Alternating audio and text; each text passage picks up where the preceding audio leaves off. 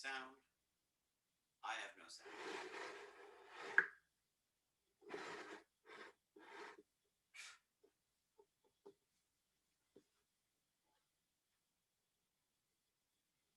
Can anyone hear me? Assuming no.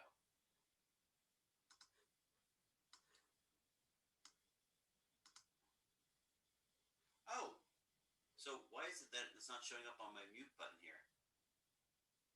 But you can hear me. That is wild. Okay.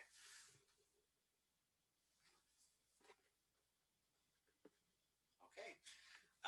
I naturally assumed that since you normally see a little meter on the microphone here, so oh, it must be my computer necessarily doing it. Maybe. Is that any closer? I can't see what I'm what kind of feedback I'm getting here, so.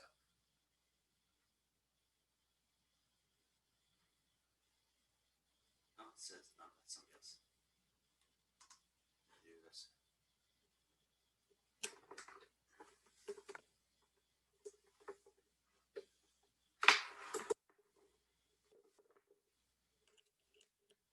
Oh.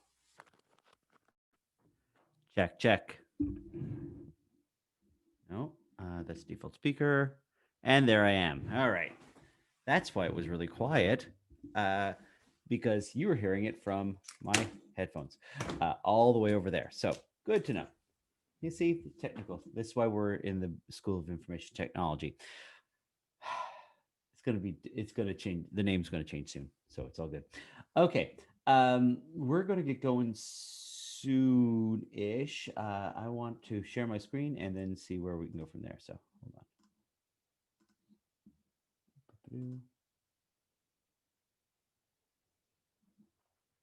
Anytime. There we go. And I'm assuming, please let me know if you do not see the PowerPoint slides. That's what I should be sharing right now with you guys. And I'm also going to see if I can pop up the chat window. I'll move it over here. All right. Great. All right. We have about a minute more, but before I need to clear my head, wake up, because I'm tired too. But besides waking up, I want to see what kind of questions you may have that are currently outstanding. And that's one of the reasons why I put all these particular points down. So we did homework 1 that was passed in on Friday. I haven't had a chance to really look into it yet. I want to talk to the TAs today about that. Project, that was homework 1. Project 1, that was due today. I do believe it was due before class, but maybe it was due at midnight tonight. It's been a long time since I put all these deadlines in. So I wanted to see if there's anything that was currently outstanding and how you guys were doing, how you guys were feeling about the project and what you wanted to do with that. So what kind of updates do we have? Like there were 7 different teams. I'm hoping you found a data set that worked for you. I'll be looking for all these, looking at all these data sets soon and giving you feedback. So we don't need to necessarily spend class time me pestering you to give a response, but I would love to see what kind of thing you were working on. So does anybody want to volunteer what your data sets you ended up looking at as a team were? Oh, and you should also come up with a team name. I forgot to mention, I keep on forgetting to mention that in Project 1. Come up with a team name. It's nicer to be able to say like Shredding Reds did this versus like the team of so-and-so, so-and-so, so-and-so, and so-and-so did this, or Team A did this. So did anyone have a cool data set that they're dealing with for this project, or you're hoping to figure it out by tonight? Because that's really late. Hi, yeah.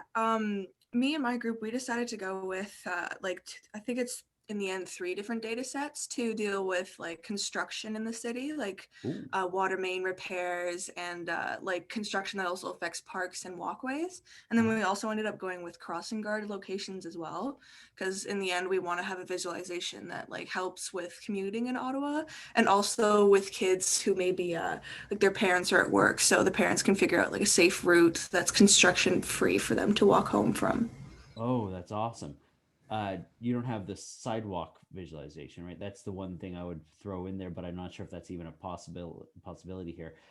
Where I'm living in Alta Vista, so but what we didn't realize, we're on this little tiny, crescent, fine. What we didn't realize is that the street next to us is the busy thoroughfare that people go through. It's not actually meant to be a thoroughfare. It has speed bumps on it, but people take it to cut across the city, like go north south. And there's no sidewalk. And in the wintertime, it's treacherous as hell because people are parking on the streets and people are zipping down this road with no sidewalks. It's something I want to actually petition the city for. The ability to have a sidewalk or a walking path is also useful, but not by no means does that take away anything from your visualization or what your project is. I think it's a great idea. That's really nice. Thank you. I also had a question about project 2, whether you're addressing it today or later. I just want to know what's up with like the interviewing time and maybe like a brief overview of like what we're going to be doing for part 2. So I want to make sure that let me see. That's a very good point to bring up because I need to make sure I hit all the lecture materials in time to get to requirements gathering because Okay, cool. we need to do requirements gathering. We'll do an in-class exercise on requirements gathering where you will interview each other, and then afterwards the easiest thing to do, the better thing to do would be to get real live users that were going to be using your system. So for you guys, it would be, if it's for parents, making sure that they can find safe walking paths for kids, grabbing someone that's a parent in Ottawa and interviewing them. That would be ideal. But I'm not forcing people to do that because it takes time to find representative samples, representative users. So I was just going to have you guys interview me during the lab times and just schedule like 20-minute intervals during the lab time. And all you're going to be doing is I'm either going to pretend that I'm the target user, or in your case, I actually am the target user. I have little kids and they're trying to walk home alone now. They're just at that age. So I actually am a representative user for your system. But I can also pretend to be representative users for another system, and a lot of times what we found out last time was I actually was a representative user and they just didn't know it. So would you buy houses in Ottawa based on either crime rates or the proximity to a library, for example? They thought there might be some kind of correlation. There wasn't necessarily. And so, yeah, you'd be chatting with me. We just sign up on a spreadsheet. It would not be this week's lab, but the following week's lab. I want to make sure that if the deadlines ever seem wrong, ask. That was one of the things I wanted to bring up here. And I know it sounds like confession of weakness, but I'm hoping it doesn't seem like that because that's a really weird way of looking at the world. I'm teaching 3 classes. All 3 classes require 1,000,001 deadlines and coordination of all these different things, just like you guys with all your coursework. And so I'm going to drop the ball somewhere. I might forget to enable something. I might forget to set a particular deadline. The deadline might say 2020 instead of 2021. If you see anything weird, ask, please. I was reminded of the story. The reason I'm bringing this up is I was reminded of the story. I made all of the homeworks and the project deliverables last term for the grad version of this course.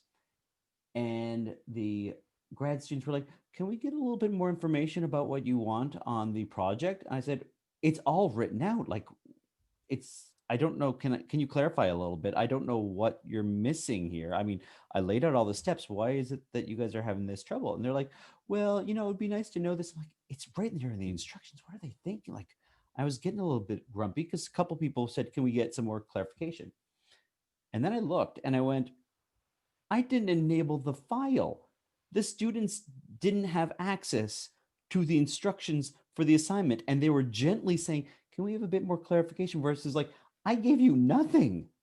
You should yell at me, right? You need, like, if there's something wrong, it's easy for me to have overlooked something small that makes a huge difference.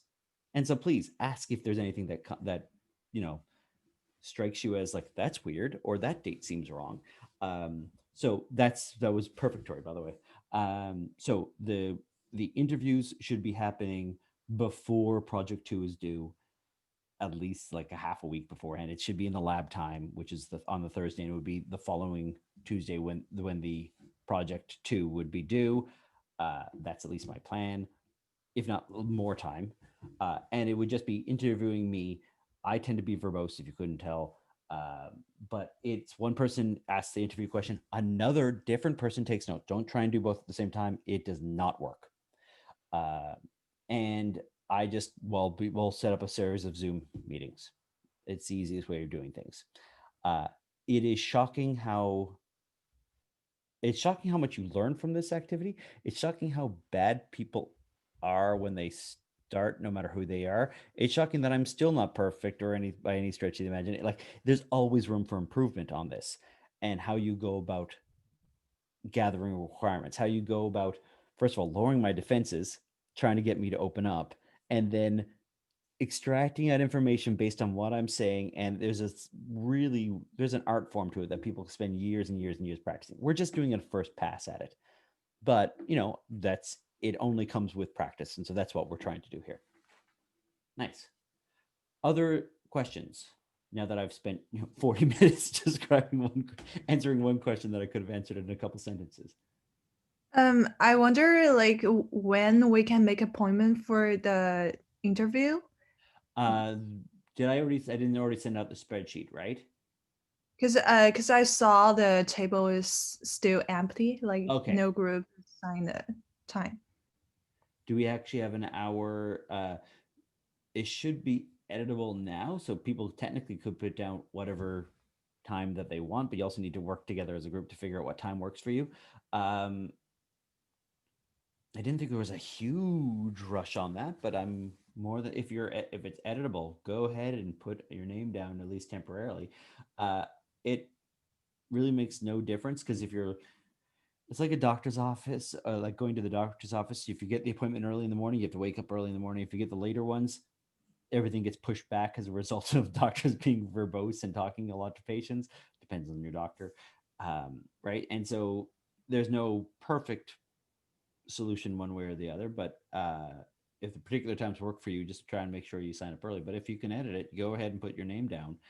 It'll be during the lab times, but I need to update the times, don't I? Let me look into that as soon as I can, just to make sure everything's up and running, and then I'll post it for you guys to look at. Okay, thank you. Other things?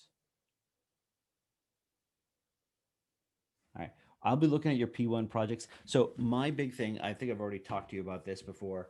My big thing is I don't do I made extensive rubrics for the homeworks, but at the same time, I don't grade necessarily all the homeworks, but I do grade all the projects myself. And so please make sure you put on a PDF, because that's what I'm using. You'll see all my chicken scratches with this thing. This is an e-ink reader I just got for Christmas. I had one before.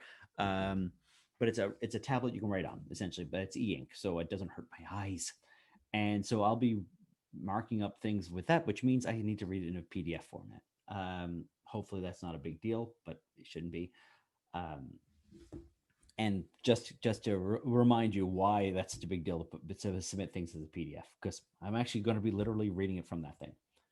By the way, office hours, I always do office hours. I put them immediately after class, because that's normally when people grab the instructor immediately after class or immediately before class, normally immediately after class. So I just put the office hours after then. I might grab a snack and then come right back. But it's effectively, I don't know if you want Zoom. I don't know if do you guys use Discord? Some of you may have done it for last term with me. If you were in my 1400 last term. Has anyone using Discord? If you could throw it in the chat if you want. If you're awake. I'll use one sparsely. Yes. Yep. Do you like Discord? Maybe that's if it's useful for you, I'm more than happy to throw up a Discord server. Okay, Andy, we can throw at least one person saying yes to it. I have a Discord server for 2 other classes right now. So 3rd class. I know my grad students did not want Discord. It was yet another technology, but it allows you to do office hours easily, and then it wouldn't be necessary.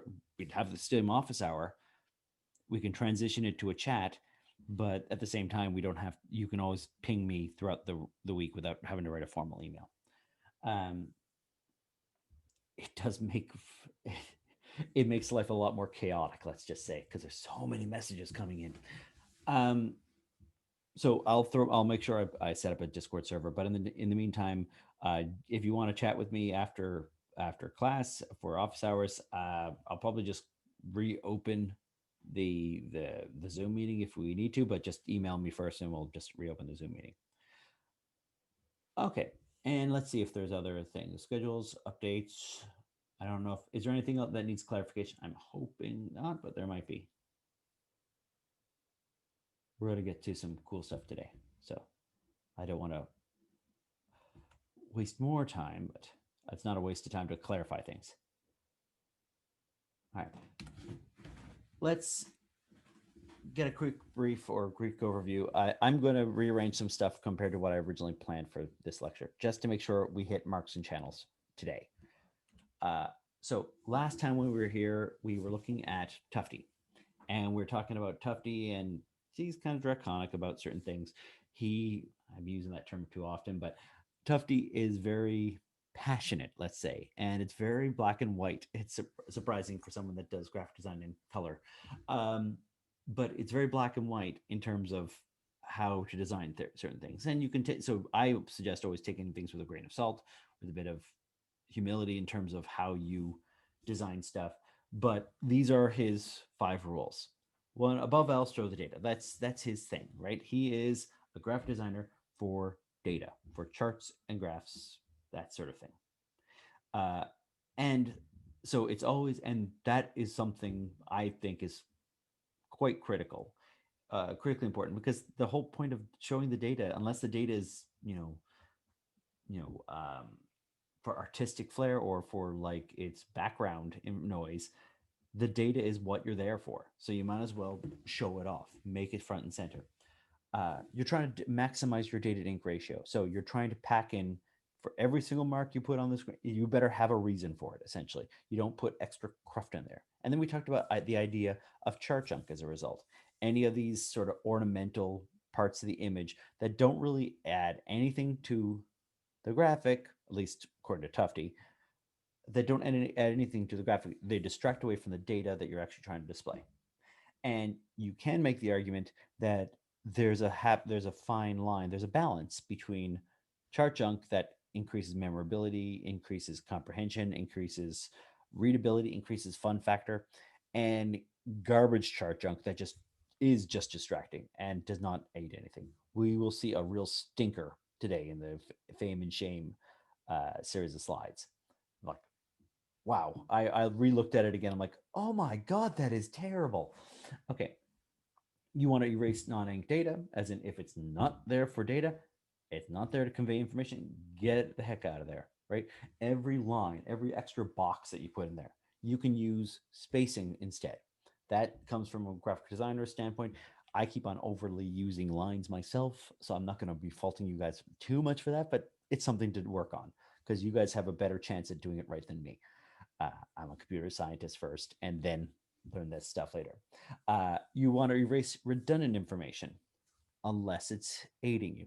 Redundant encoding actually can be useful, but it has to be complementary, not the same thing multiple times for no reason. And the big one that I love is the one that I also live by, which is you're not going to get it right the first time. That's okay.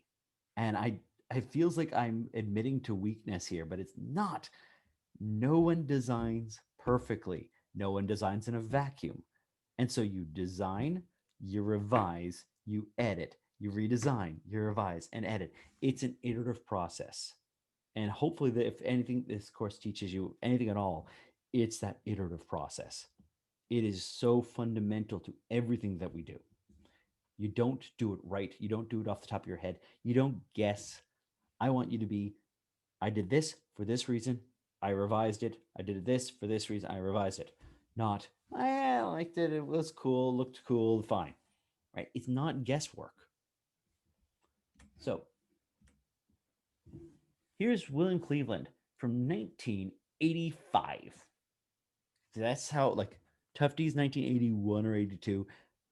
Things have not changed since that point in time, at least from the graphic the graphic design side of things. The computer science side of things, that's completely changed. But just the visual layout side of things has not changed. So make clear visuals and ensure that the data stands out. Similar to Tufty, right? Clear vision, clear understanding. Ensure the main points and conclusions are graphically clear and represented. We'll look at that in a lot more detail in a second. When we talk about marks and channels, that's where it comes in, that you have a limited amount of bandwidth.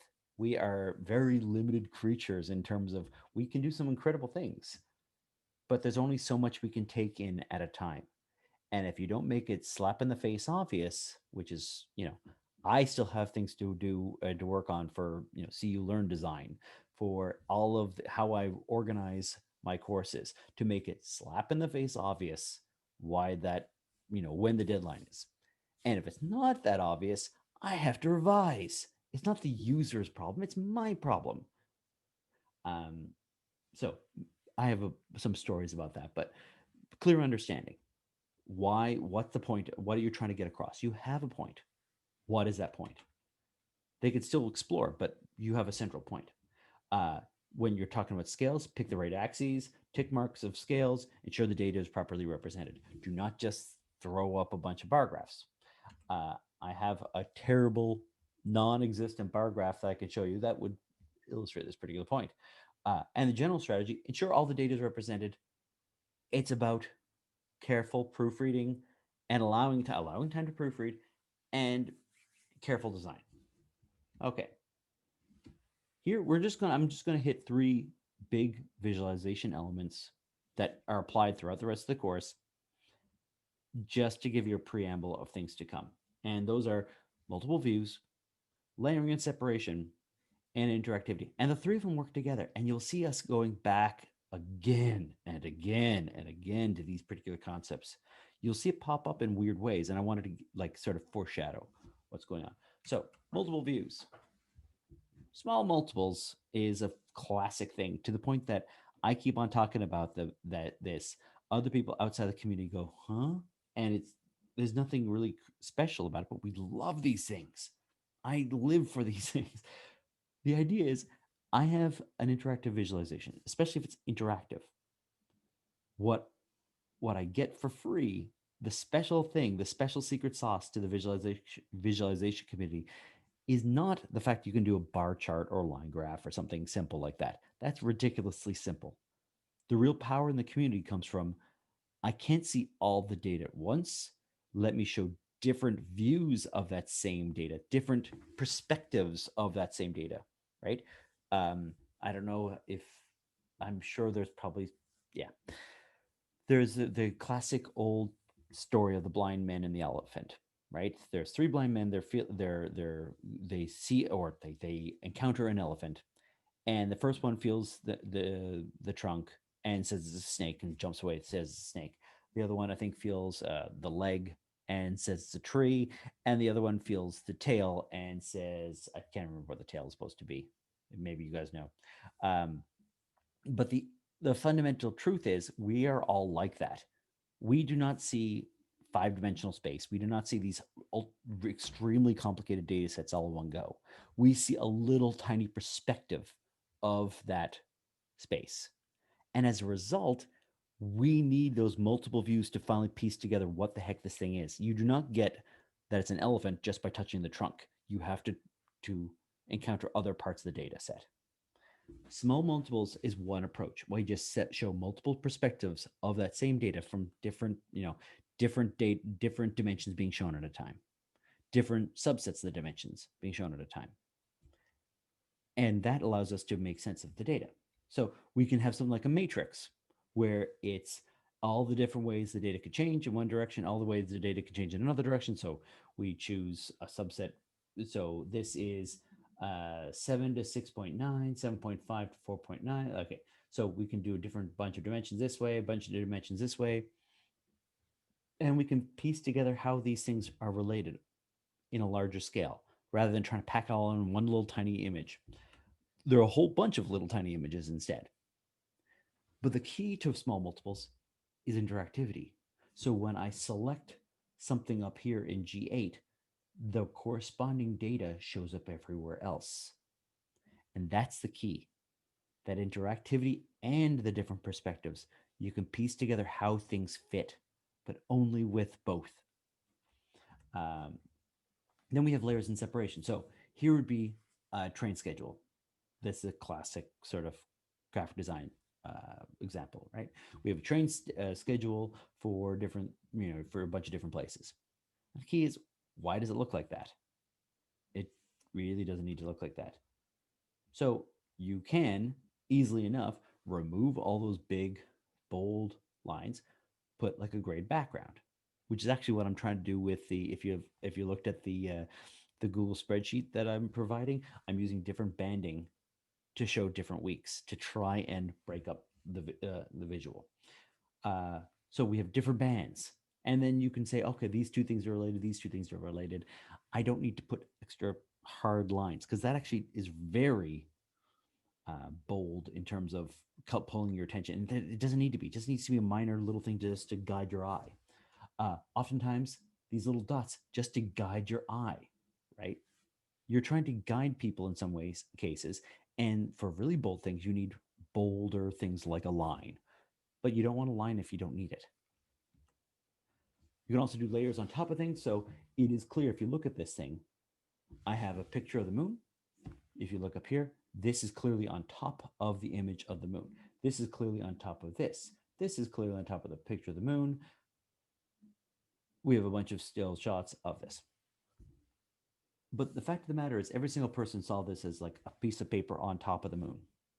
Why? Because there's a layering. We have this nice separation based on luminance, based on the brightness of the that's not an image technically, but they're based on the brightness of whatever this visual icon is different from the background. You'll also notice there's a layering from there. It's moon, then the numbers, then this pop-up overlaid on top of that. And you get it by layering on top, seeing which order these things are displayed in, and having a difference between the different backgrounds. And if you want an example of that, I don't have a great example here because I do not have an iPhone, but this, right? When you slide down your settings, what do you get? You get a frosted overlay on top of your icons. When you move things, the icons move separate from the background, so you know whether there's actually 3 layers there.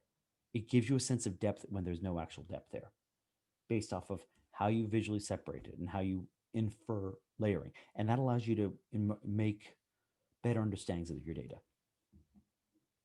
So that's our third major approach. And if you want to see interactivity, I got a chance to, hopefully there we go. Here's baby name Voyager, like I pointed out last time.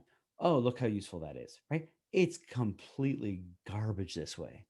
And what does everyone do? They go DAVID, right? They put in their name and they see how unpopular their name is since they were born. I think I have killed the name David. I'm born right here. I guess I didn't kill it. It was already going downhill. I just was riding the downhill for this one, right? You can put in other names like, I don't know, let's go.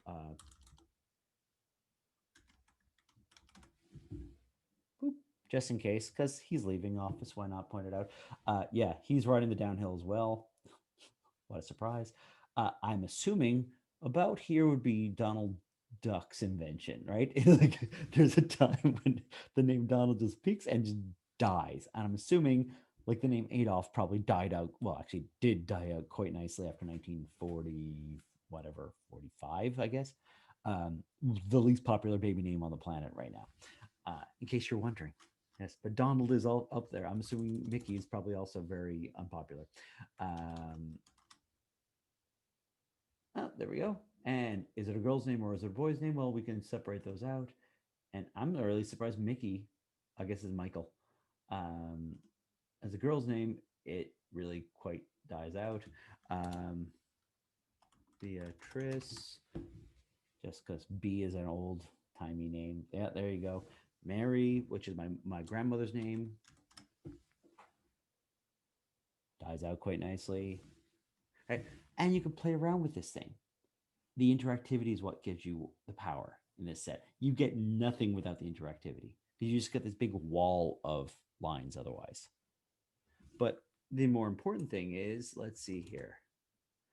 I'm just going to Jocelyn, sorry, but yes. And then we're going to leave it like that. And you can see Jocelyn with 2 N's, Jocelyn with 1 N. I thought there would be more variants on that name. If you look up Damar, Darrell, there's a bunch of Darlene, Darcy. Oh, no, these are girls' names, that's why. Daryl, Darren, Darius. And you can see patterns over time with base root words. So, oh, there you go. We'll just go with my son's name. Any version of Ben, from Bentley to Ben to Benny, Benny with a Y, Benny with an IE. I'm assuming most people don't go with Benny anymore, the whole Jets thing. There's even Ben, where is this other one? Benito. Oh my. Bentley, Bennett is, look how popular that's suddenly becoming, because there's a lot of variants on the same root name that people went with Ben, but my next door neighbor had a son named Bennett. They're both Bens, my son and his son, but his was a Bennett versus a Benjamin. But they went to the same root, right? And you can see, are they going to have kids in the same class with the same name Ben, right? Even there, if they're Benny or Bentley or Bennett or Benson, they would all be Bens in the end. Okay, that's enough baby name Voyager stuff. Here we go. Yeah. So we talked about showing the data. We did all these things. I want to move ahead because we're going to get to this in a second here. By the way, this is one extra term. Be closely integrated with statistical and verbal descriptions. If you have verbal descriptions, if you have statistics, the graphic should be right next to it so you can actually put 2 and 2 together. I was going to do this in class exercise, but it takes time, and I want to sort of go through other stuff. Because what we're going to do later is we're going to do design critiques. The only way to get good at this stuff is to see stuff and say, oh, that's not what I like, right? What do you like? It's the like judging art, right? You know what you like. That's a sort of a crappy way of doing things, but it's how we learn, by seeing things we don't like, essentially. What do you not want to do? So I want to just skip on ahead, and we're going to go to lecture 3, and we're going to Marks and Channels, because I want to make sure I cover all this material. And then we will get to design critiques. Don't worry. Oh, it should be winter 2021. I didn't change that due date. So, that particular date. So we looked at Tufty. Great. That's what we just did. Normally I would start the lecture here. And we would normally look at a visualization critique. We will get to that in a little bit. We're going to be looking at Marks and Channels. This is when you start playing with, by the way, you should be able to now install Tableau. If you start playing around with Tableau, you will see them talking about Marks and Channels. It's because people in this community use that terminology and then expect everyone else to use it too. And it confused me for a while because I'm half HCI, half Viz. And they kept on talking about Marks and Channels. Like, what the heck is going on with that? So we will get through and discuss what that means to help you with using Tableau, but also just to use the right terminology, to use the language of the community, and understand what the heck this is and why it's important. So here's our Hall of Fame and Hall of Shame. I want to see what you can just put it in the chat if you want, or you can say it out loud. This is an XKCD comic about fruit. Some are tasty, some are untasty, some are difficult to eat, some are easy to eat. So, very biased, but what do you think of this particular chart, scatter plot?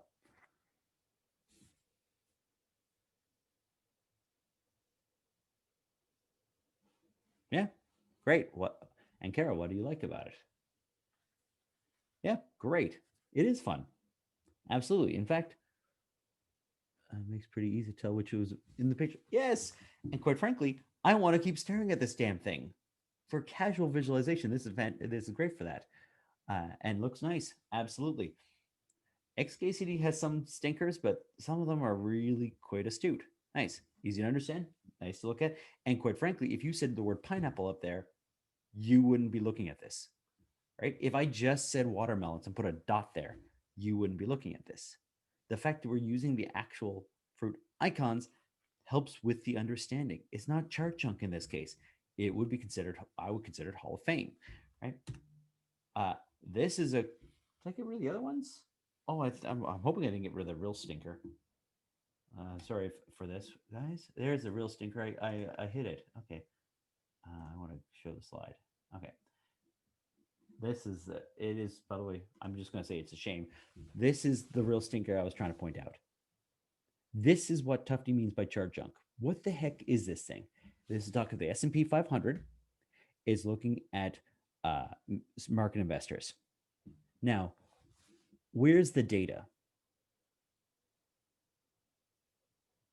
Is anything on that football field useful at all?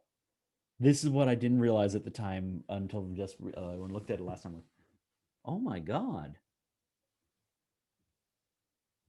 That entire football field. It's completely, I think, there's a video. I didn't even look at the video. This entire football field thing, though, is completely superfluous. There is no, most of your graphic here. Yeah, that's, and that tells you something. If you don't know what they're showing you, they're like, then maybe you need to improve your game here. This is trying to show you how the S&P 500 has changed over a period of time. Since January to September, doesn't say which year. Oh, whoopsie. Yeah, it's not even labeling things correctly. So this is what the S&P 500 looks like over a period of time. What the message is supposedly that investors were sidelined for a little while, as far as I could tell, just from this one little snapshot, at least. But that's all up here. This stuff down here is useless. It is not conveying anything. It's complete chart junk. It is using a football metaphor for no real reason whatsoever. They're saying they're sidelined. Investors are sidelined, as in they're leaving the market. Why are you using a football metaphor? I don't know. Right. So all of that, it's them trying to force a metaphor when it doesn't actually help in any way, shape, or form. It was all for this line graph up here. All of this stuff down here is just like, and all these dollar bills on the side. Yeah, oh, they're taking their money and leaving, I guess. Yeah. It's not about football at all. That's what was so like, I assumed there was some connection to football. They're just pulling some metaphor out of the blue and just shoehorning the data into that thing. This is the kind of thing. I was very proud of my HCI students way back in the day, and I'm hoping I have the same kind of like, oh, when they would finish the class and they'd write me a year later and go like, you cursed me. I now yell and scream about every visual interface I come across because it was garbage, and they get all upset. I'm like, yes, you should not take people's crap. If you see a visualization like this, you should get physically angry, like, oh, they suck, right? You should not, you should be able to see why people are trying to pull the wool over your eyes, or if they did a terrible job and be able to critique it. That's what I want. That you should learn to hate people. No, you should learn to know what's good and what's bad. Okay. So that's a shame. That's a fame. It did win an award. The question is, what are you taking away from this? What is your takeaway from this thing? Now, there's a big bunch of text you can read on the side in living color. It's saying below the wave, this is the ocean, the line for where the water is. Below that line, it's sampling of the colors that from photos of, I think, Arctic oceanography photos. Above the line is photos from above where the water line is. Here is the water line smack dab in the center. It is conveying something. I'm just not sure it needs that much work for it, but it is conveying something. It's also might be biasing things a little bit. It's conveying that life below the sea in the Arctic is very vibrant and colorful, despite the fact it does look like a DNA visualization. It certainly does. We'll actually look at better. There are some great visualizations for DNA that look exactly like this for that reason, because it conveys a lot of information in a single strip of color. When you read the slide and have context, but we pointed that out. I was very confused. Yeah, nice point. But yeah, should you have to read the slide? In some cases, you might want to read the slide.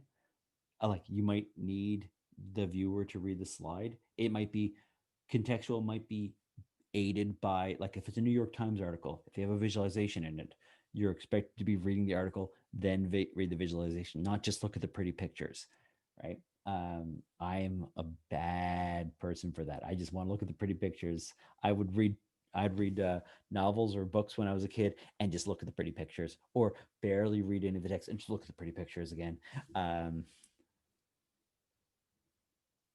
It's samples of the colors from each one of these lines would be an image.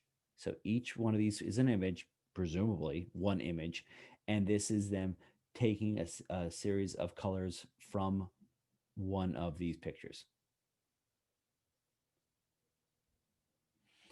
But that's a lot to say, look, pictures below the things, life beneath the waves is more colorful than life above the waves. And you go, yeah, you didn't need to give me a visualization for that one. Above the waves, you get eaten. Below the waves, there's no difference between whether you're in the Arctic or in the Caribbean, really, because they're adapted to that kind of weather, right? So it's not really that surprising. It's taking up a lot of visual real estate for something that's okay. I believe you. Life below the waves is more colorful in the Arctic, because above the waves in the Arctic, it's all white everywhere and you don't want to be eaten. So yeah, it's also the reason why, by the way, why penguins would not exist in the North Pole. Polar bears would eat them too easily. They're big black things on white snow. They're really easy to identify, and they're not hiding at all. They're just standing there. There's an all-you-can-eat buffet in that case. So yeah, and polar bear, they can't run away either because they're on land, unlike seals in the North Pole where they can actually dive in the water. The the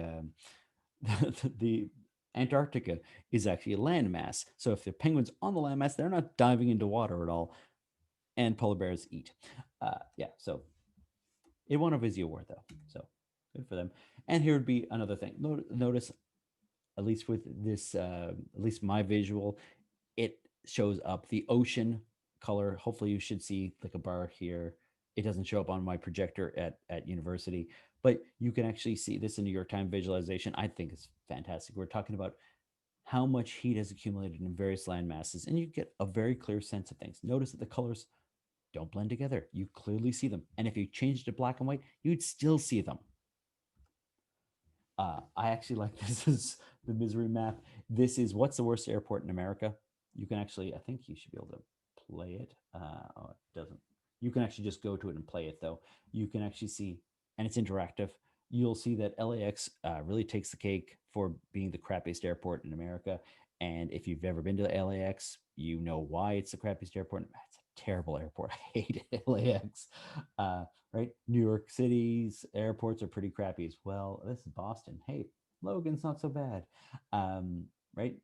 Chicago, you'd expect, given the fact it's a windy city and they get a bunch of snow. But LAX really doesn't have an excuse for being that crappy. Right? And you can actually see how the airports, this is the number of complaints, right? And the versus non-complaints over time, over a period of time. And how they accumulate. And so you can see time. This is one visualization of it for all the airports, and you can see the individual airports for that entire time period. So two different perspectives of the same data, and it's interactive. So I actually really like that one. We're going to talk about marks and channels because that's what this leads to. The question is, if I look at this, what is this thing? Well, it's actually considered a donut chart. It's like a pie chart, but you scoop out the center of it. But I want a language to describe these parts. What is this thing here? Is it a line graph? Not really. It's actually an area filled in, but it acts like a line because all you're looking at is this one part up here. How do I distinguish this part from this part? How do I distinguish the map of the US? What's going on in the background of the map of the US? What's the difference between this and this? And what should be the best way of displaying this data, more importantly?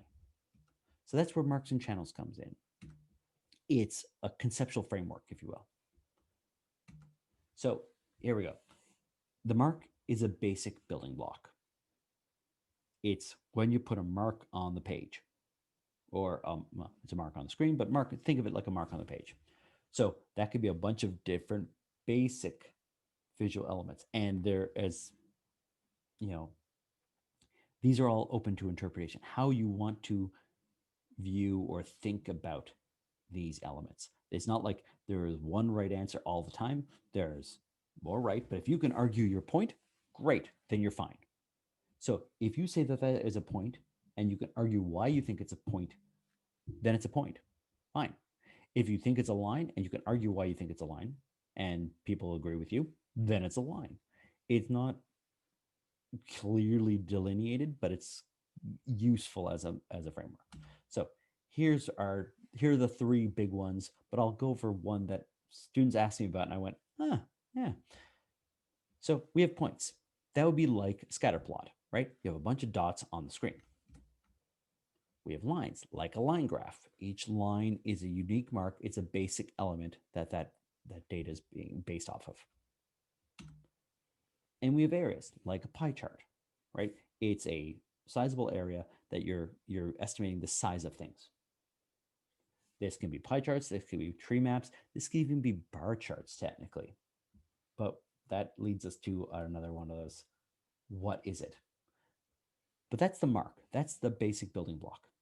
What you could also throw in there is, well, I'll get to that in a second. Maybe I'll give it away as soon as I go to the next slide. A channel is the next part. A channel is the way to control the appearance of a particular mark. Newark sucks, yes. Did I go to Newark? I'm not sure. I think I only did JFK. I don't think I ever went to Newark. So if it's worse than JFK, oof. I like to complain about airports, I think, in general rule. I like Seattle as an airport, but most of the airports, yeah, they stink. Ottawa's fantastic. Anyways, so it's the way to control the mark. So if I have a dot, I can make the dot bigger or smaller. I can make the dot a different color. I can make a dot a different shape. I can position it in different places. The channel is how I manipulate that basic mark to convey information. Okay. And that information can be conveyed in a bunch of different ways. Okay, I think I may have lost focus here. So we can move it horizontally, we can move it vertically, we can move it both. Scatter plot is moving in both directions. Where that point is tells you what the value is. We could change the color. Great. We could change the shape, right? If there's a tilt, we can change the tilt. If I have a dot that is not actually a dot, but it's actually, let's say, it's a little mini line segment, and I twist it, I can change the tilt. It can convey information, even if it's just a dot, right? If I have a shape like a triangle and I twist the triangle, or twist this kind of weird shape like this, and I just rotate it around, it might convey information. Tilt's not great, but it is a channel. And I could do size, the length of the thing, the area or the size of the dot, the volume of a cube. Okay, there's other channels you can come up with as well. These are just some of the basics. Here's where the question I'll leave for you guys, and maybe you can figure it out. One of my students a couple of years ago pointed out, they said, what is this? Is this considered a mark? Or what would this, what kind of mark is this? I mentioned that marks, I gave you dots, I gave you lines, I gave you areas. There's some other channel that I'm conveying, some other mark that I'm conveying multiple different channels on right now on this slide. Can you point it out? Or at least I consider it a mark, even if some people don't. Can you point out or see what the other mark is? Because I intentionally played around with it a bit.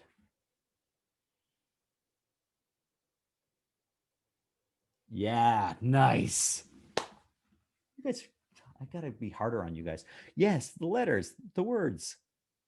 And that's one of those things we never actually talk about. Then I went, yeah, it's a mark. You think of it as one unit, just the same as you think of a simple shape, and you can manipulate it to no end. A word map is a word cloud, tag cloud is just that. It's manipulating the text to convey other information. The priority of the word. You can change the font type to tell you different information. It will convey other information. You can change the color to convey other information. It's just like a mark like any other. And so I've manipulated both the size, the font, and the color for the word channel up here. Nice. Yeah, it's another mark. There are other things that you may not have thought about as marks. So let's break down one of these things. And bar charts are one of those wonderfully, depends on how you look at it, things. Okay, so what do I have here? I have a bar chart. Great, that's fine. How many attributes are being encoded here? Well, if I have an X and a Y axis, not a bunch of categories on the bottom, but an X axis. So here are my F's, D's, C's, B's, and A's, let's say. Well, there is an ordering of that data set, right? So it is going from one side to the other. The F's to the A's, they're ordered. So it is conveying a unit of information. It's conveying your letter grade. It is conveying your mark. And this might be the number of people that got that particular grade, right? The y-axis. So I'm actually encoding 2 bits of information here. I'm conveying what the grades are, and also how many people got this, like a histogram. So anything where you would have like an independent variable and a dependent variable, like in an experiment, 2 attributes, right? What you're manipulating and what you value you record later.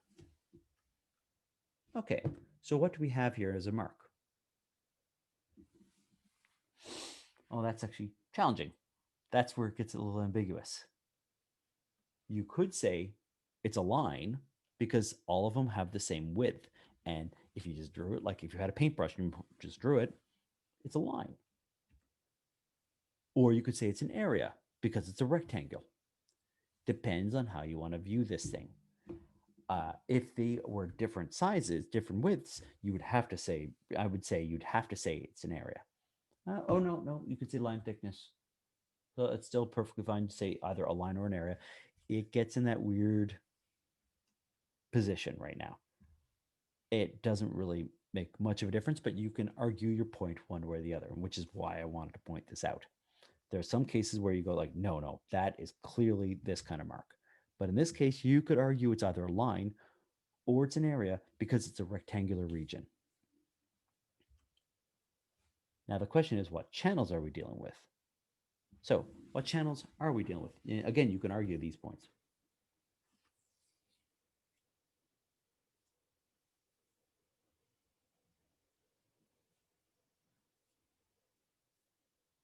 By the way, I'm leaving it for you guys to answer.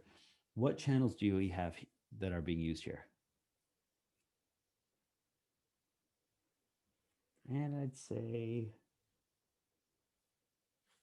3 different channels, maybe. Position, yep. Length, yep. Is the shape being manipulated? The shapes are different. They're different sizes, and therefore they hit your retina differently. But the actual shape, it's not like one is a rounded rectangle and the other one's a square rectangle. So normally for shape, we're talking about, we would all identify these as rectangles. If one was a rounded rectangle, it would be a different shape in that respect. If you naturally categorize them as the same type of shape, it's more the type of shape rather than the shape itself. Position, is color being manipulated? They all are colored, but they're all the same color. Yeah, that's why I'm asking for this. Great. So yes, the color, they do have a color, but the color is not being manipulated. They do have a shape. Their shape is not being manipulated. The length of it is, but the category of shape is not being manipulated, although you could. The color is not being manipulated, although you could. So I would say we'd have both the horizontal and vertical because we're going on the x-axis and the y-axis. There we go. There's my mouse. X-axis, Y-axis, X-axis. We aren't manipulating shape this time simply because they're all the same category of shape. They're all rectangles. We're not manipulating tilt. They're not shifting one way. I would say the length is being changed, although you could argue that it's the area being changed. It depends on how you want to view this thing. I would say length for one reason and one reason alone. And that's because we're really crappy at judging area. Honestly, we are terrible at judging area. And so if you look at how humans see this thing, we're really good at judging a bar chart. But if I manipulated the width and the height in differently and said we're calculating the area of this thing, you'd be terrible at judging the values here. Like, truly terrible at judging the values there. We're actually really crappy at judging area and volume. We can do it, but not well. Length we're really good at, especially if they're aligned with one another. We'll see this in a second. So I would normally go with length, but if you're talking an area, the area is actually changing. You could argue both points. But you're talking about, you're judging how high it is compared to the other bars, and you're not even worrying about the width of these things at all. So you could develop, you're only worrying about that length comparing these different things in the end, even though if the area does change.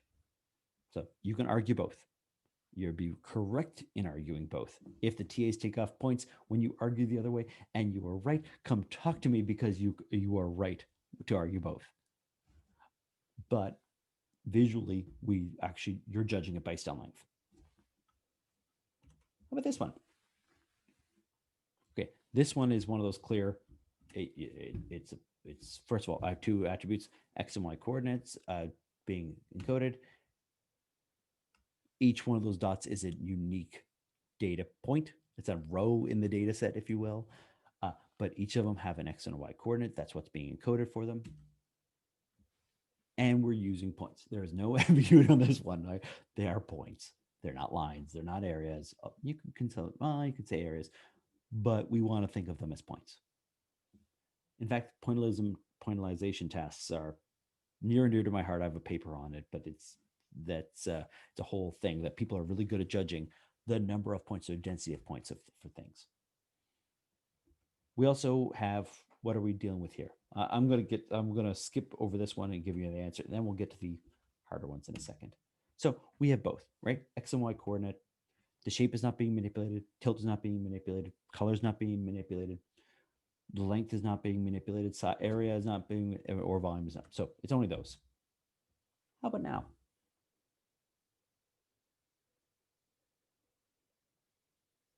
We like scatter plots because they really help drive home this particular point.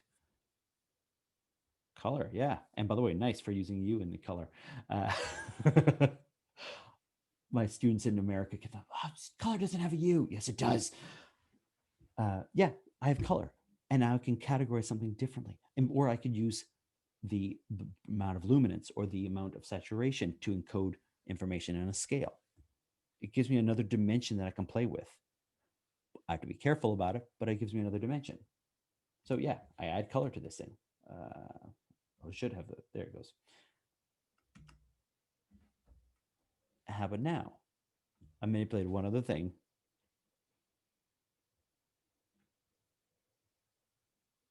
Yeah, and that's area. And that's only area. There's not length. It's not volume. It's a two-dimensional thing, and it's increasing in size. What we'll find out is people really suck at area. We can approximately measure it. We know that, this green blob is bigger than this blue blob.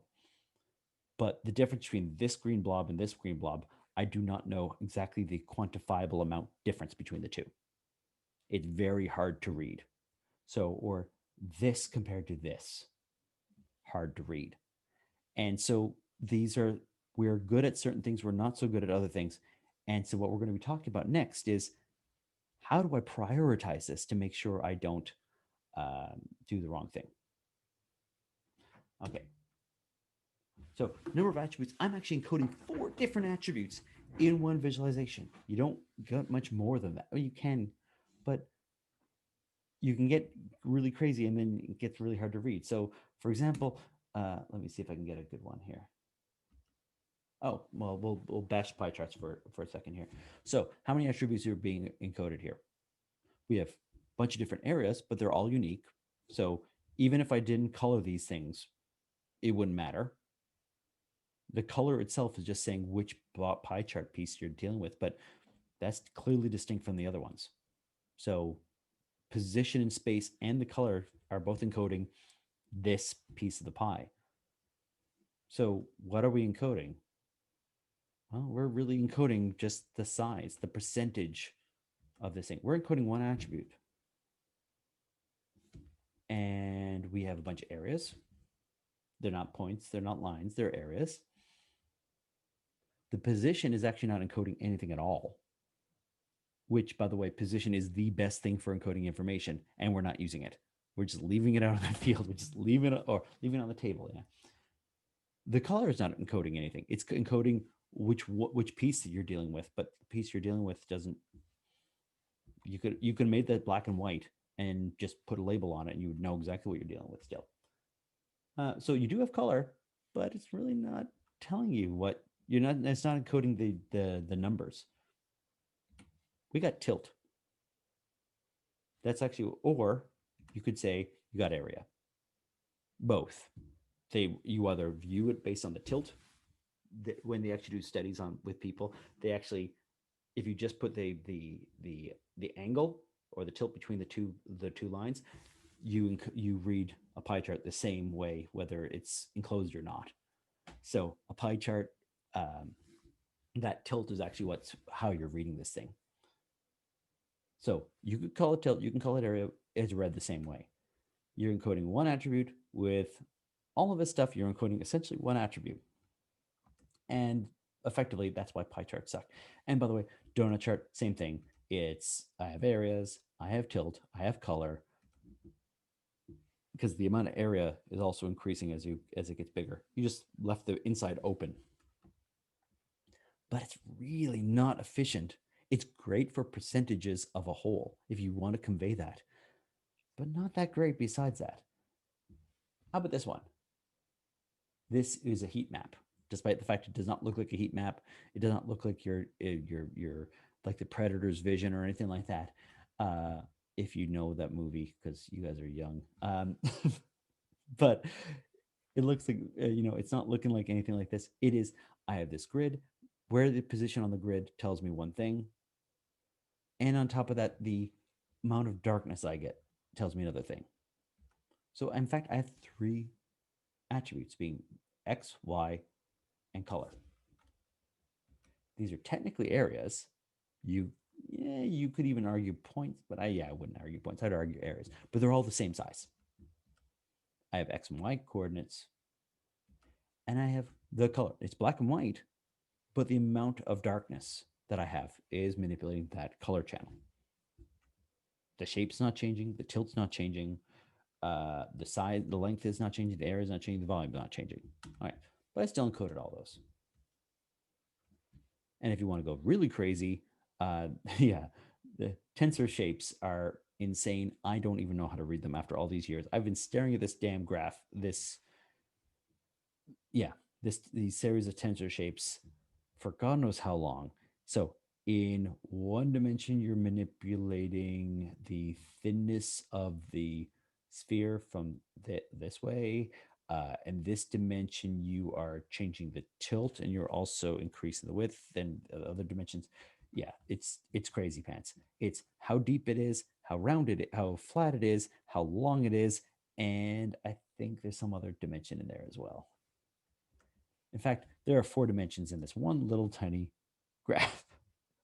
And we're talking a bunch of, let's see if I have it. They're technically points, if you want to think of it that way. So each one of those blobs is a point that you're manipulating on a bunch of dimensions, both X and Y coordinates. You have tilt, that you can actually tilt and rotate this thing, especially down here at the bottom. We have, I should have shape as well, I would think, but then maybe that's encoded in there. A volume, amount of volume. Okay. And you can also say the length, how wide this thing is.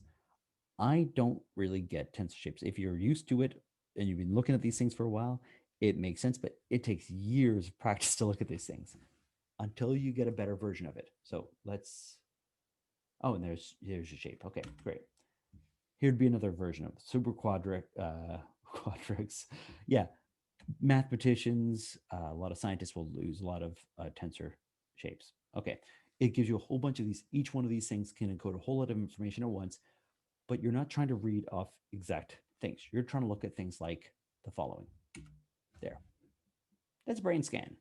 That is actually looking at blood circulation in your brain, in various regions of your brain.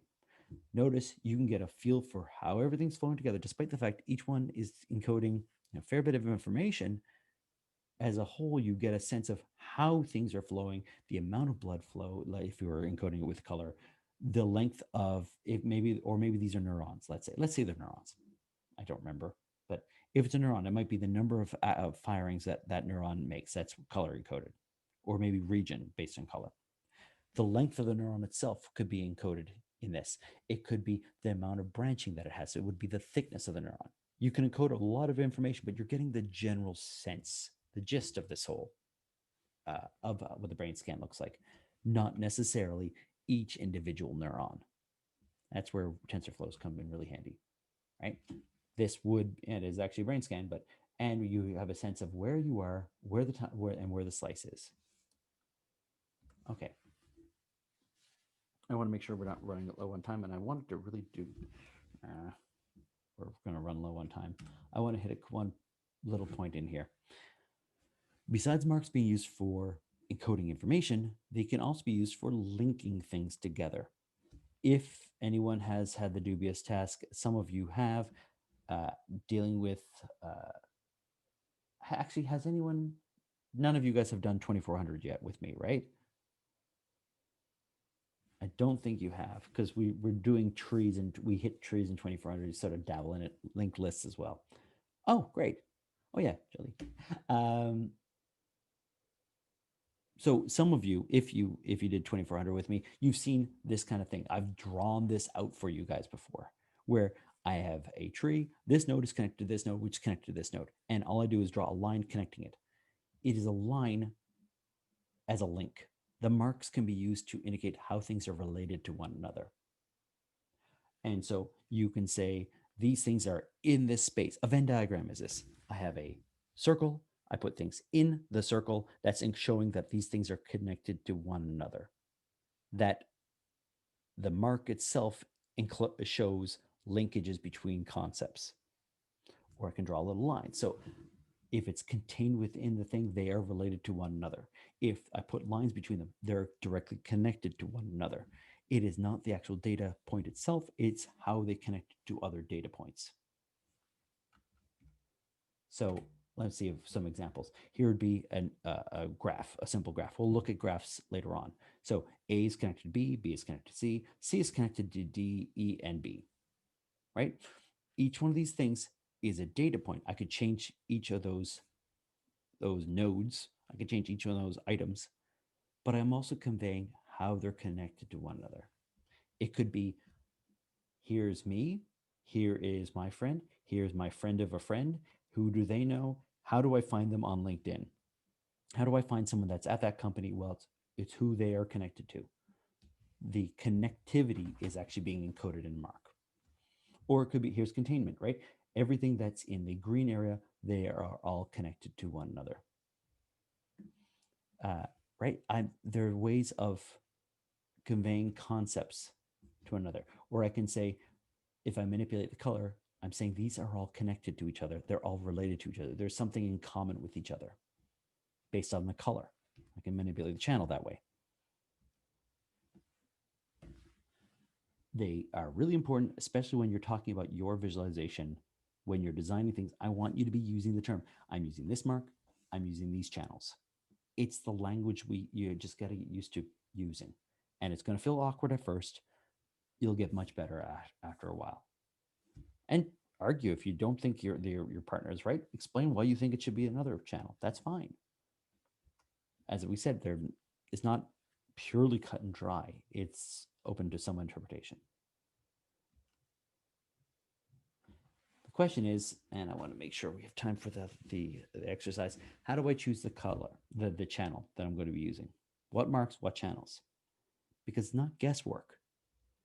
It's choosing the right thing. And so what we have is the ordering of perceptual tasks. And this goes all the way. This is Cleveland McGill, 1984. Nothing has changed since 1984, honest to God, right? So way back in 1984, people are looking at this thing. They redid these experiments recently, even with like Mechanical Turk experiments from Amazon, right? Just to prove that this still is the case, that you can manipulate position, you can manipulate how things are aligned, you can change the length, you can change the angle, all these sorts of things. And the experiment goes like this. I have two ways of representing the same data set. This is the same data set here and in the pie chart. And I say, tell me which A, B, C, D, or E, which is the largest. How fast you answer and how right you are, how many errors you make. Okay, that's the experiment, or one of the multiple part experiment, right? And then you can manipulate different ways of showing the bar chart, different ways of doing the pie chart. Which segment has the maximum, what's the percentage value, something like that. Okay, here's what we end up having. They manipulated position 3 different ways, where things are positioned in space. They manipulated the length 3 different ways. The length of things are 2 other different ways. Here's me comparing position to angle. Angle would be pie charts. Position would be bar charts. And this is the error rate. Let me be very, very clear about this one. This is why pie charts are bad. It has twice the error rate, and I'm pretty sure it's half the speed in terms of reading. It encodes 1 bit of information, and it sucks at even that. That's why people mock pie charts behind, everyone else is making pie charts, and all the visualization people are going, ugh. Right? That's the reason. We know it's suboptimal. So here is pie charts that 3D pie charts is useful, is in blue. 3D pie charts are not useful, is in red. I would argue that that number should be a bit more extreme than that, but they're trying to make a point. Notice what happens when you do put in 3D, when you put on that perspective. It distorts your even ability to read the pie chart. You made something that was bad even worse. A 3D pie chart is the bane of my existence. Who cares if it's 3D? Are you going to reach out and grab the pie chart? No, leave it the hell out. If you give me a 3D pie chart for your final project, I will freak out. It's like minus 20% just for on principle. No 3D pie charts. I made a joke at Google suggesting that we should throw 3D pie charts. I was interviewing for one of the sub teams, and I made a joke, but he wasn't looking at me at the time, and you could just see that I threatened his family or something like that. He just looked at me like I was. What I found on the web. That would be my phone. Yeah, I said, hey, well, maybe we should make 3D pie charts. And he just, I was making a joke. He wasn't looking at me, didn't realize I was making a joke. And he went like no, joke. Oh my God. It's a no. All right. This is the only good pie chart. I love this pie chart. This is a fantastic pie chart. But that's what pie charts are not good. Just leave them out. Leave out donut charts, leave out pie charts. No. Please, for my sanity. People still throw them my way, I think to see if like a vein in my forehead will blow up or something like that. Okay.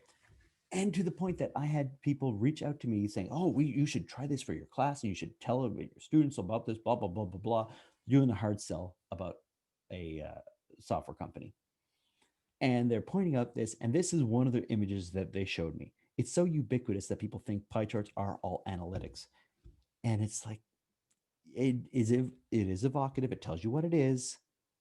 But my God, come on, pie charts. Ugh. Okay.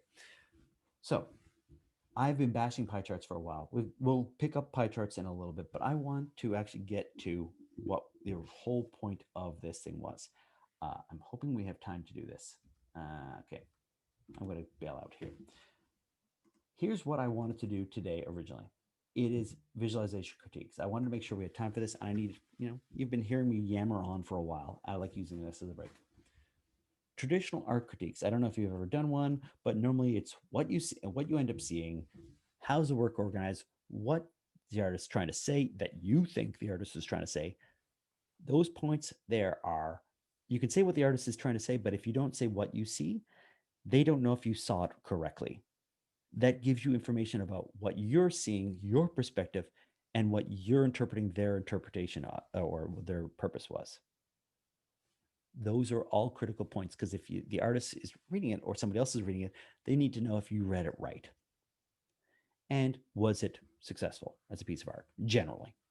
Okay. So if you're doing it for Starry Night, what do you see? It is a landscape of a small town with at night showing the stars and the moon. The work is organized, blah, blah. I'm not an art critic, but you can go through all that entire process. You can also, the big thing is, what is the artist trying to say? Well, we're going to do something very similar. We're going to do a visualization critique. We're going to do a lot of these things. How is the work organized? What the visual encoding is, what we just talked about. What's the purpose of visualization? What are they trying to get across, essentially? And is it effective? That's a big one. So if we went with this one, what do we see? We're seeing a map of the United States encoding, I'm going to pretend what the data set is, encoding real estate prices in various cities in the United States based off of zip code. How's the work organized? It is they're using a series of bars to indicate the price of real estate in those areas, and they're using color to color on a red to blue scale to encode the population density. What's the purpose of the work? They're trying to show, the designers of this visualization are trying to show that real estate prices in California and Chicago are far outstripping the real estate prices in the rest of the country. Is it successful? Oh, hell no, right? What are they encoding? They're using bars or lines to encode this information, but because it's 3D, there's occlusion based on of the color, but based off of the bars. And there's a perspective based on the map being a three-dimensional map. That's meaning that it's actually hard to interpret the northern states compared to the southern states based off of these prices, because there's a perspective being thrown off in there. Something like that. Me doing it quickly. So when you're doing this, because you're going to be doing it for other people during the Dear Data exercise, you want a neutral voice. There's not, you should jump in front of a car or you are a waste of humanity or anything mean, right? It is not inflammatory. It's not ad hominem. It's not, you're not attacking the person. You might be critiquing the art, but the person is different. You got to be nice, right? You're trying to be balanced. You're trying to be fact-based. You want to back up everything. I don't like it doesn't count for squat. I think this would be better because of this problem with how you're encoding the data. That counts. But I don't like it. I don't care. I don't care what you like. I will care if you can back up what your claims are. And you have a clear goal. You're trying to help them improve things, or you're trying to say like what they could have done differently. Just saying what they did wrong is not enough. If you say what they could do to improve things, that's better. Okay, we only have 5 minutes to try this, so let's try it just the same. Okay, whether you can find 4 people or not, we're just going to leave it. I'm going to leave it open for you guys as well. I'm going to stay on the line as well. I'm going to show you a visualization. I want you to try and just crank up either on a Google Doc.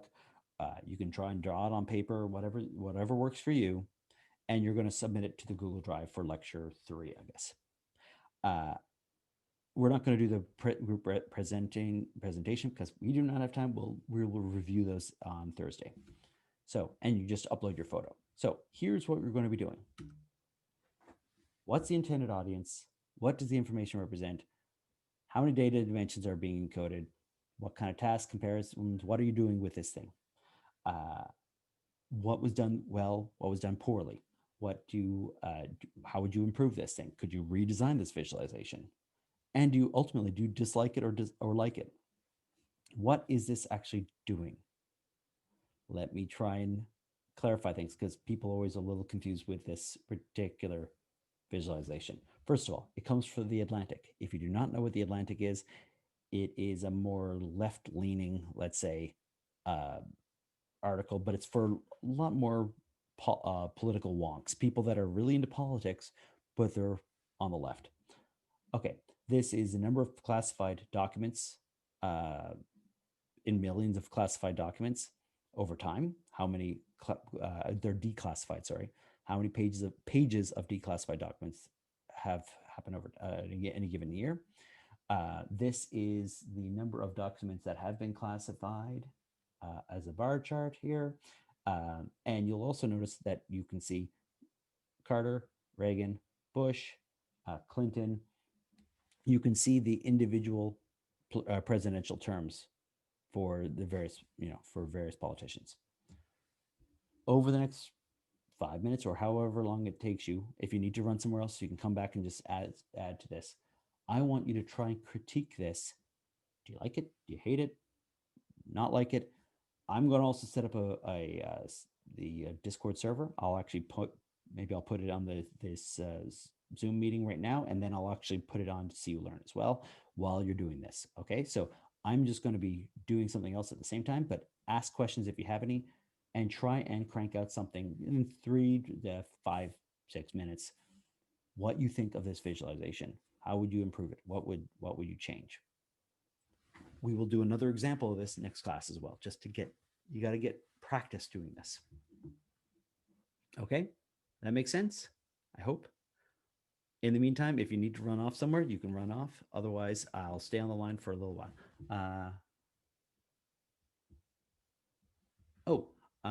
Did I make another Zoom meeting? Well, since this is recording, I would suggest we do a different Zoom meeting. I'll just need to make another Zoom meeting. All right, nice. All right, let me make the Discord and we'll switch. All right.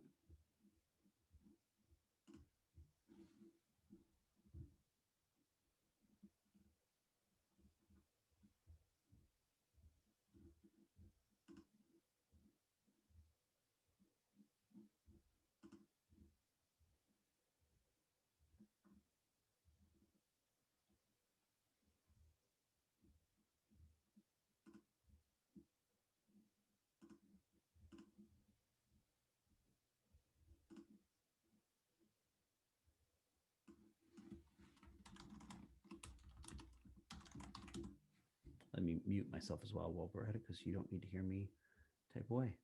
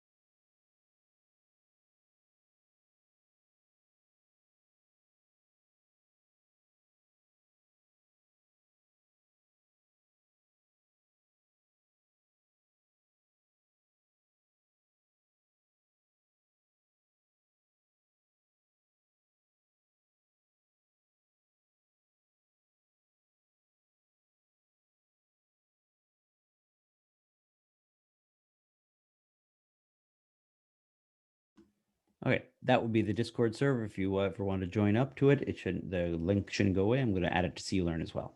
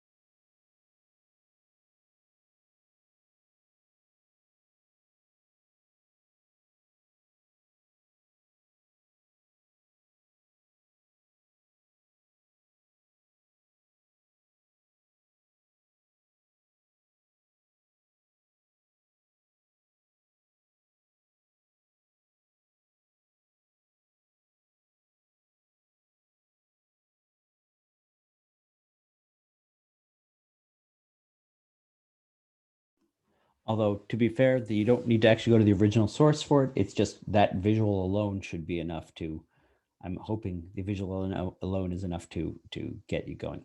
You don't need to read the article and like, it's how many documents have been declassified, removed from class, no longer classified, and how many documents have been how many do they actually classify? So what you'll notice is instead of these small little documents, it goes from you'll notice what the Clinton, for example, the Clinton years, how many documents were declassified in terms of pages of documents declassified versus how many classified documents occurred. I think Bill Clinton probably started off with like, yeah, let's declassify everything. Or maybe it's also related to the time when he came in. A lot of documents get declassified based off of how many years have passed. So things to think about. Again, if you need to do something else at the time, please let me know. And because our class ends at 10, right? So just making sure. And I'm doing office hours next. So I'll stay online. That's no problem. But if you need to go and run somewhere else, please run somewhere else.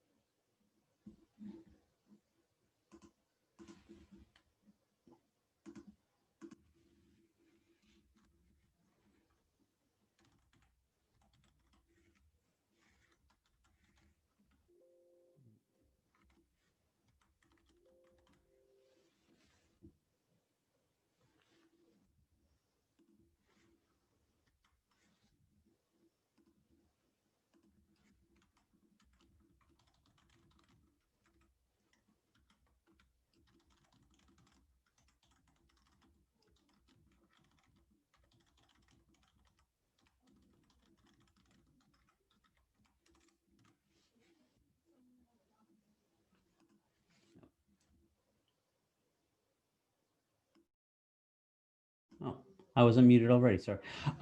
So where do you submit this? You'll submit this to the CU.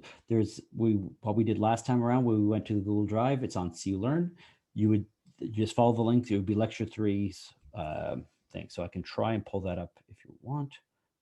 Let's see if I can do that.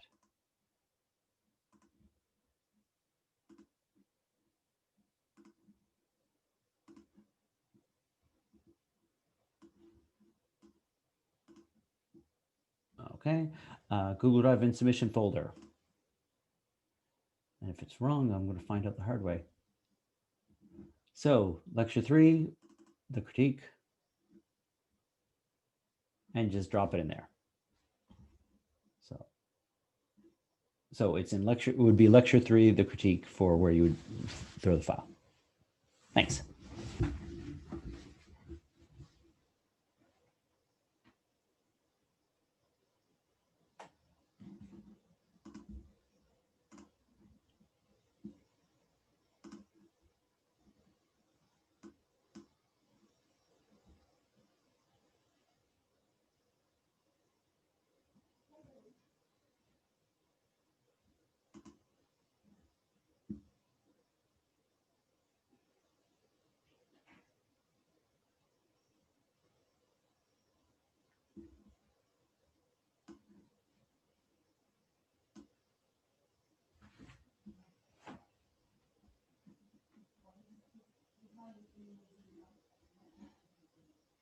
Okay, I don't know if I'm still talking here. Yeah, it's 10:02 or 10:03. So if you need to go somewhere else, go. It's not, I don't want to hold up the class. I never want to hold up the class. So I know that if you're still working on this, you might be waiting for me to leave the channel. I'm trying not to leave the channel before you guys. I'm trying to make sure that you have any questions you have answered, but everything's also being recorded anyways. But if you have other classes or other things you need to do, go for it. Go somewhere else and do those things. This is just meant to be something to get the juices flowing to get started with doing a critique. So if you need to run, you please feel free to run.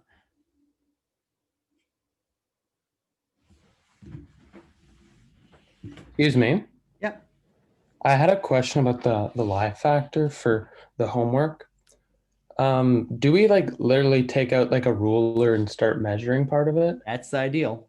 And now it's Okay. all relative. So you can get a ruler and we're not going to be like, oh, it's 4.3 when it's, yeah, because your screen resolution is going to be different, right? A ruler is Right. the easiest way of doing it. But if you, there's a bunch of different ways you could do it, but yeah, ruler is the easiest way of doing it. Okay, sounds good. Okay, thanks. No problem. I'm also not going to be picky on that one, by the way. These are in, some people are really draconic. I keep using the term way too often. People are really, really picky about it and like, it's the right way. And like, no, they're open to interpretation. We're trying to show there is a lie factor, but whether you're measuring into where you think the bar would end or where you're measuring where the bar actually visually ends, open to interpretation. Both would be right. You just got to say which way you're doing it. Okay, so to iterate on that then, I used a, it was like a Chrome extension. It was a pixel measurement ruler, Oh, and then I cool. used a pixel to inches converter. So I hope that That would works be out. fine. You could say how many pixels you had. Yeah, You're going to get a lie factor no matter what measurement you use. yeah, So yeah, turn it up to 11, right? It's that whole Spinal Tap thing. Like, whether you're measuring pixels or measuring inches, it's going to be the same thing because the lie factor takes that into account. right. Okay, perfect.